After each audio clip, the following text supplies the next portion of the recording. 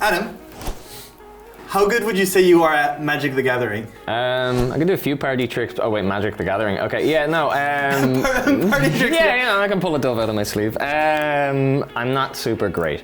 I'm slowly learning, but I wouldn't say that I am anywhere near the level of anyone else in the office or even floating around in the nether. Okay, you are precisely the right level of Magic knowledge that we need here for what we're going to do today. Okay. Because I brought 5 cards, and one of the favorite things for Magic players to do is go back and look at cards that everyone thought were awesome or awful, and be like, I knew all along that this card was great, and all the naysayers, I proved them wrong. I thought you were going to say complain, but surely. But to complain about Magic, well, these mechanics are hard. I'm not drawing any lands. What we're going to do today is I'm going to show you 5 Magic cards that people thought were either awesome or good. You're going to give it a read, and you're going to tell me what your opinion is on it. We get this special moment where you've never seen any of these cards because you're just kind of learning the cards you don't play competitively. So you give us a read, and then we get to tell you how right or wrong you are. Ideally, very wrong. I mean, like, I'm not that bad. I play some TCGs. I can definitely guess a few. Yeah, you know Yu-Gi-Oh! Really well, so let's see if your Yu-Gi-Oh! Knowledge ports well over to here. And just before we get into this, if you are new to this channel and you're just poking through this in your recommendation feed, we really require unsubs to help grow the channel. We'd love you if you press that button or just liked or just left a comment if you want. Tell us what you thought about these cards. Give us other cards that people really misevaluated. I personally love the sound of the ding that the notification bell makes, so maybe hit that too. Yeah, make us happy. Okay, Adam, are you ready? Yeah, okay, I'm First super ready card. for this. Okay, yeah, let's go. First card. Okay. All right, this one is Scab Ruinator. Okay. All right, I'll give it to you. You can give it a read for the crowd. Okay, so blue creature, Scab Ruinator, creature zombie horror. Right. As an additional cost to Scab Ruinator, exile 3 creature cards from your graveyard. Okay. Flying, you may cast Scab Ruinator from your graveyard. That's an important note. You can't cast it from your hand. Right. If it's not in your graveyard, you can't cast it. But Magic has a lot of ways to put cards in your graveyard. Okay, right. So you can't cast this from your hand at all. Also, I don't. You know about Magic stats so far. Yeah. 3 mana. It's usually turn 2 or 3. You get to play. Yeah. 5, 6. Pretty good on turn 3. Seems pretty tanky. Like it just kind of. So yeah. So my initial thoughts on this are, seems like it could be good in a control style deck where like you kind of you get a lot of setup, and once you have that setup you can keep bringing this back, and like it's a pretty big creature. It's 5/6, so like getting it out on turn 3 would be really, really good, but it's the fact that even if it does get removed, it can keep recurring, so you got a bit of recursion with it. So like you're bringing this thing back maybe like twice. Like I don't know, it hits the field twice, but yeah. So I like initially I thought this maybe would be good in like a control-esque deck, but I feel like it's... My final verdict is this thing is pretty bad. It's pretty jank. Pretty bad? Pretty so jank, on the staple to stinker meter, is it a staple or a stinker? Okay, yeah, well if you're giving me options like that, it's clearly a stinker. I don't think anyone's running this except for like a jank deck where it's all about bringing this thing back. Adam, it is a stinker. Yeah, there we go. This card, people blew their minds about it. Really? Yeah, when this had come out, it's a mythic. It was a very rare card. Right. So everyone kind of saw this and they glazed over the creature text and like, 3 cards from my graveyard. Right, I always have 3 cards in my graveyard. This I can put into my deck really quickly with anything that puts cards into my graveyard. I can recast it forever. It's huge. You would go to the pre-release for this event and people would be trading you like 20 different cards to get one of these because it was so rare to get. People were freaking out. That's kind of disgusting, I'm not gonna lie. Like, you mean, you know, like the concept is like just mill stuff to your graveyard, mill creatures to your graveyard, but you know that's gonna feel really bad when you mill everything but creatures. Yeah, also the 3 creatures you exile often have more power and toughness than 5/6. Do you wanna do something? Actually, we didn't plan this, but can you pull out your phone and look at the price of this on Cardmarket? Sure, okay. How many printings does this thing got? Just the one, I assume? I think so. Okay, it wasn't very good. Yeah, it's just got the one. Yeah, so we're looking at the 7-day average price of about €1. Yeah, this was a €30 card. So stinker. Oh, that's pretty bad. Yeah, I think that's where it belongs. Okay, you're 1 for 1 right now. Okay, I'm feeling good. I'm feeling good. Your score is going well. Let's go number 2. Okay. This one, have a look at Tarmogoyf. All right, Tarmogoyf. Would you like to give it a read for the sure. audience? Tarmogoyf. Am I noticing a distinct lack of mana cost there, or am I just blind? Oh, yeah, there was this one set where called Future Sight, where they decided to print cards from the future with a bunch of really weird mechanics, sure, and they made the card visually, the graphic design of the card was supposed to be what future cards would look like, to give that future feel, except the design is really, really heavily bolted into early 2000s. Oh god, okay, so I kind of see it now, so it's one green and then one of any, but the green is barely even noticeable. Like, it's like buried, it's like buried in the background. It's like, oh yeah, because the whole card is green, so like even the art, like there's nothing but green. So it's kind of hard to, it's kind of really hard to actually see this. This is a little bit of a design nightmare. Okay, so design is a stinker.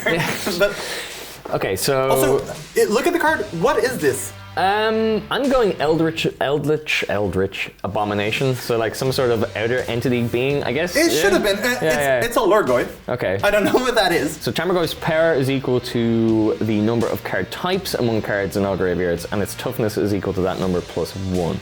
Okay, card types are artifacts, creatures, enchantments, instant land, planeswalkers, sorcery, and tribal. Okay, so that seems like that scales a lot. One thing you do need to know is at the time this card was printed, Planeswalker and Tribal did not exist. Okay, so that means you already lose like it fits into the kind of future thing. People are like, what's a Planeswalker? What the hell is this? Yeah. I mean, the foresight they had to actually do that is kind of cool, I guess, but also confusing. Right, so... Okay, so like... Think about this structurally. Right, immediately I thought this was broken because it kind of reminded me for a second of just like a scaling card in Yu-Gi-Oh! Like Grand Maju, where it gets bigger and bigger on the amount of cards you've got banished and stuff like that, but then... It's not the amount of cards. It's not the amount of cards, right? It's card types, so... And the fact that when this came out... Okay, so yeah, when this came out, already 2 of these didn't exist. So you're left with, what, artifact, creature, enchantment, instant land, and tribal? Or what? Tribal wasn't there. Oh, so then instant land and sorcery. So... Staple or stinker? Oh man, I don't know. I feel a little torn between this one because scaling is always good. Anything that gets bigger, and like, this always gets bigger, right? Based on, like, so like the more types you add to the graveyard, it's not one. More types, but not more cards. If you have 1 instant and 1 sorcery in your graveyard, it's a 2/3. It's a 2/3. But if you have 7 instants and 1 sorcery in your graveyard, it's still a 2/3. I don't want to say stinker because I feel like anything scaling is always good. But if I have to choose between staple and stinker, I'm probably going to pick stinker because I don't feel like every deck is going to run one of every type, and even getting to one of every type and getting it in there is kind of bad. But I guess also, does it count your opponents? It also counts your opponents.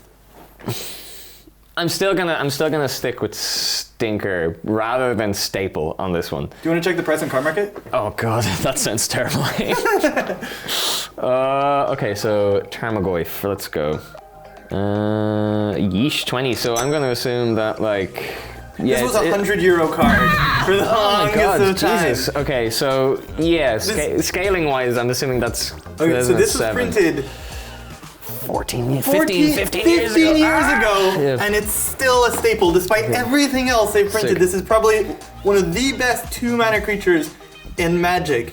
Because what people didn't really see at the time is that if you have fetch lands, where you sacrifice a land, put it in your graveyard, go get another land from your deck. Right, that if you just play a fetch land, then play an instant that makes you maybe discard creatures, or your opponent plays a creature, and then you play a sorcery that kills their creature. On turn 2, when you play this, it's already land, instant, creature. That's already a 2/3. Anything you add, this is easily a 4/5.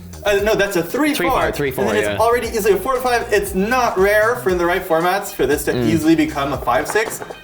For 2 mana, remember the 3 mana 5/6 we saw that could only be cast from your graveyard? That was absolutely bonkers. Yeah, fair. This was actually insane. Should have went with my gut and the scaling thing. Yeah. So I'm not gonna throw this one because it's. All right. Never thrown away €20 before. So. Okay, are you ready for your next card? Okay, yeah. Okay. This is the one I'm the most excited about. Okay, right. Okay. And I want to see what you think about Oko Thief of Crowns. Okay. Do you want to give it a read? Right. There we go. Okay, Oko, Teeth of Crowns. So 3 mana to cast. 1 green, 1 blue, and then 1 of any color. Right, Planeswalkers. Still a little bit confused about Planeswalkers and how they kind of work. I get there's like a loyalty system. It's like another player. Right, okay. Picture that it's like a player with 4 life. Okay. And his cost, instead of mana to cast his spells, and he only has 3 spells, is either paying that life or adding himself that life. Okay, right. And then creatures can attack a Planeswalker the same way they would a player. So if I attack you and you have a Planeswalker, I can either attack you with my target with my life, or the Planeswalker, and then you can choose to block as you wish. Okay, cool. So, okay, so like, yeah, okay, cool. Let me see. Okay, so 3 mana to cast anyway, and then it's +2 life to create a food token. Food token, yeah, it's not on the card. And when this was spoiled, no one knew what it was. Oh, nice. And people speculated wildly. What it is just a token that has no mana cost, and if you pay 2 mana, it dies, and you gain 3 life. Okay. That's it. Right, okay. Life gain's not too bad, I guess.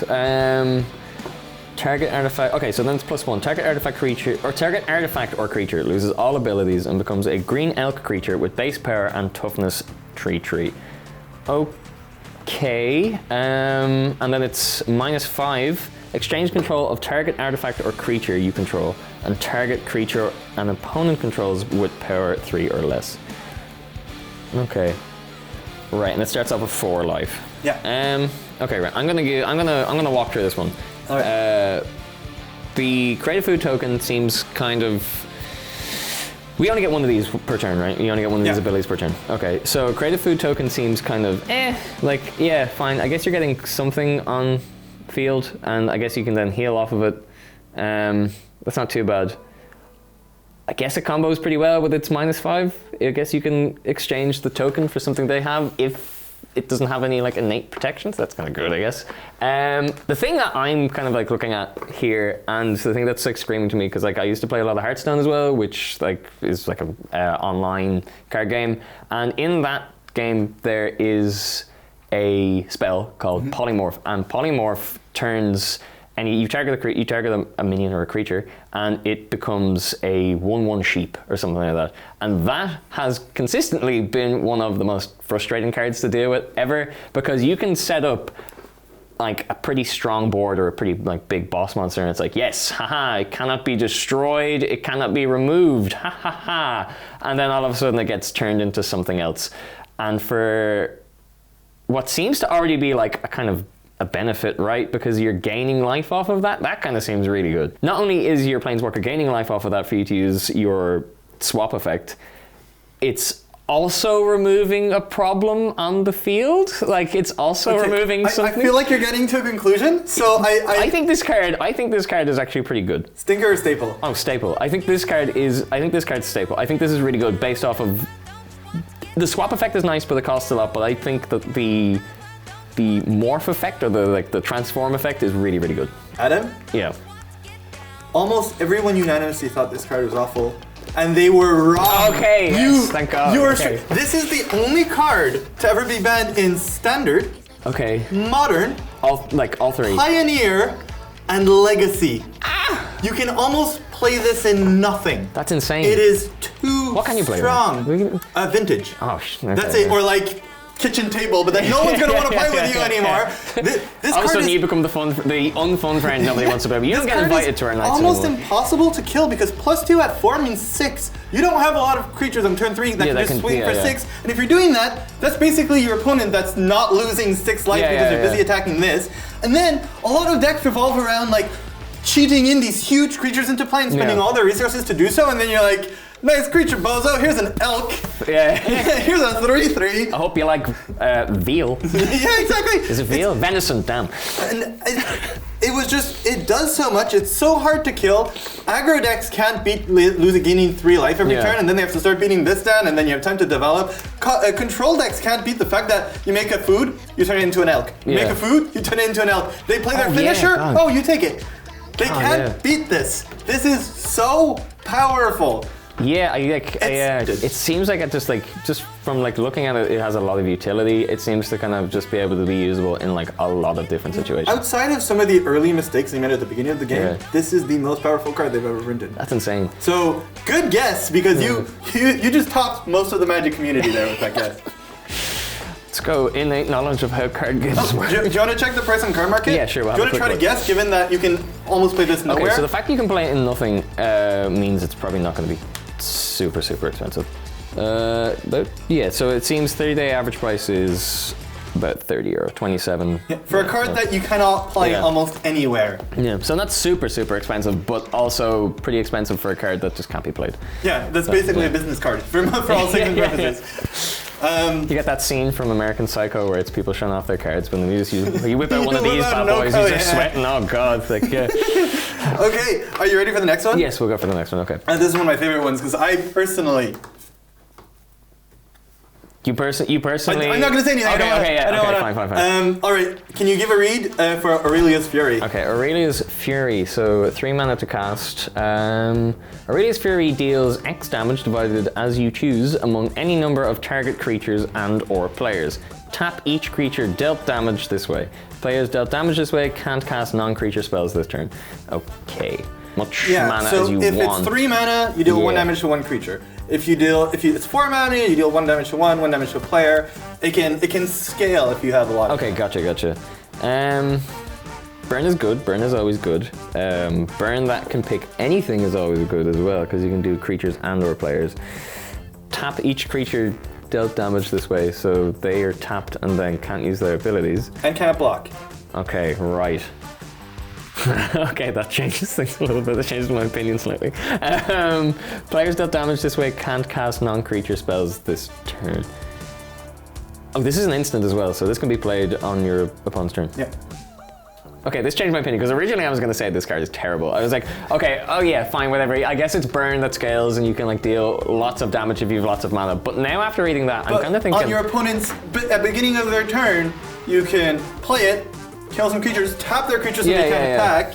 Yeah, I'm saying this is a pretty good card. I'm saying this is a pretty solid card. So I'm gonna staple with this one. I've been swayed by the end text and your reaction to it. Oh no, I feel like I'm manipulated here, because this is the biggest stinker. This was really? the biggest trap. But it feels like it'd be so when good. When this card came out, my social media was covered of people taking pictures of the 50 versions. Like, people would buy 20 of this card for €30 a pop because they're like, this card is gonna blow up. Why? It feels like it's so good. It feels like you're basically shutting down your Okay, who plays this? Are you playing this in control or aggro?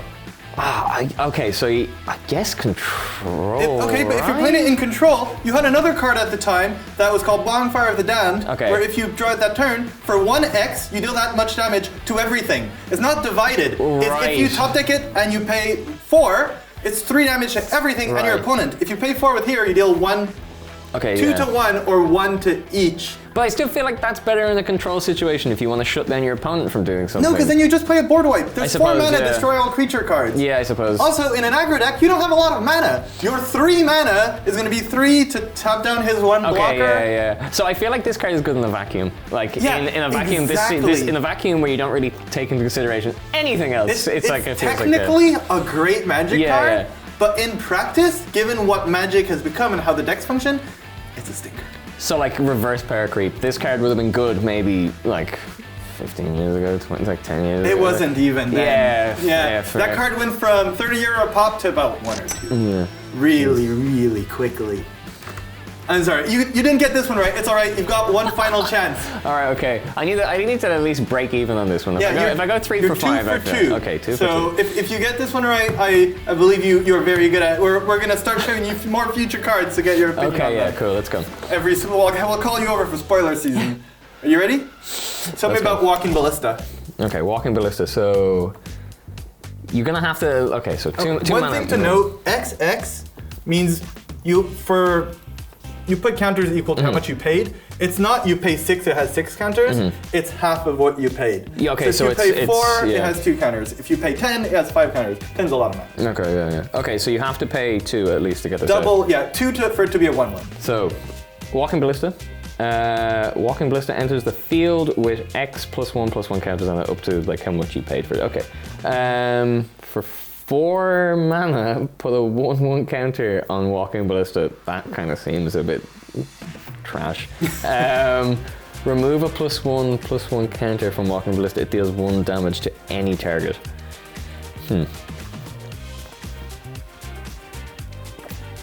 Okay, so pace yourself through this. Like, what would you use this for?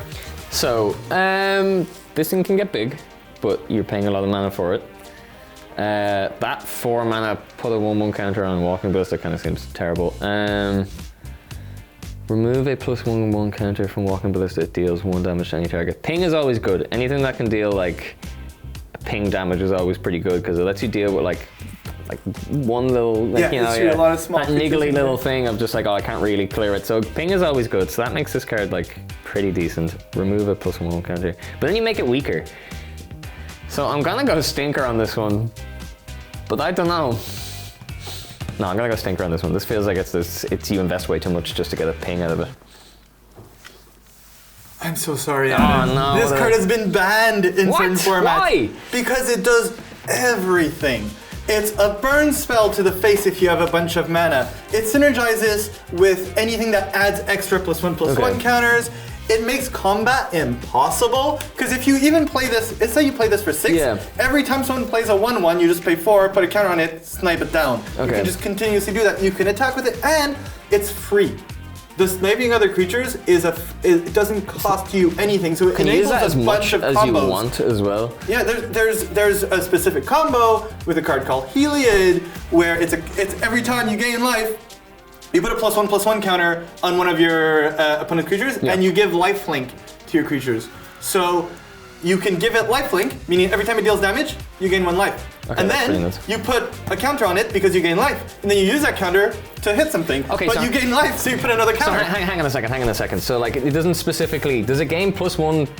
Yeah, because I don't know why I read into that card as if it was like ballista counters that you had to put on it, because I don't know if it's the same in Magic, but in Yu-Gi-Oh! You have different counters for different things. So you different, do Magic as well, but the most common counter is a +1. Is a +1/+1. Okay, right. Okay. You're not the only one who fell to this. Almost everyone's seen this card was like, oh, I don't know, this seems really clunky. Okay, so the way I was thinking about it was, I was like, oh, if this card can only gains effects off of this imaginary ballista counter that I've just made up. Did not read the card. That's very typical of Yu-Gi-Oh! Players. But yeah, so like, yeah, I was kind of thinking, oh, you put a ballista counter on it. The only thing that can put a ballista counter on it is this thing, but it's just a +1/+1 counter. So instead of giving you a miss on this one, we'll give you a did not read the card. That's fine. That which works. is a very classic thing for TCG players. Yeah, that's I didn't read the card. Yep. Okay, so you're 2 for 2 and didn't read the card. I think it's a good score. I'm happy with that score. That balances out even. I'm not too ashamed by that.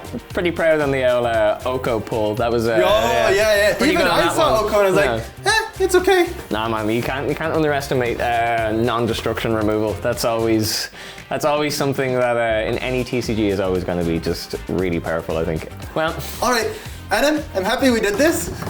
It made me feel like that original moment where I click on the spoiler for the first time and read the comments. This is garbage, or this is great. Exactly, it brings me back to those times. Except now it's with like the Scrooge McDuck, like, what's it called, Christmas Carol feeling, where I get to go back and you're like looking back and you're going, and I know now. Idiot, you're wrong. You fool. Oh, right. Listen, if you guys like this, please, don't forget, we really like the sound of the ding it does when you click on the subscribe button. It makes us very happy here. It does. Yeah. So please go ahead and do that if you haven't liked the comment. Also, if we missed any cards that people thought were awesome or awful and everyone turned on to be wrong about, please leave it in the comments below. We'll be happy to read them and see other cards. In the meantime, we'll see you guys next week. Have a good one, guys. See you later.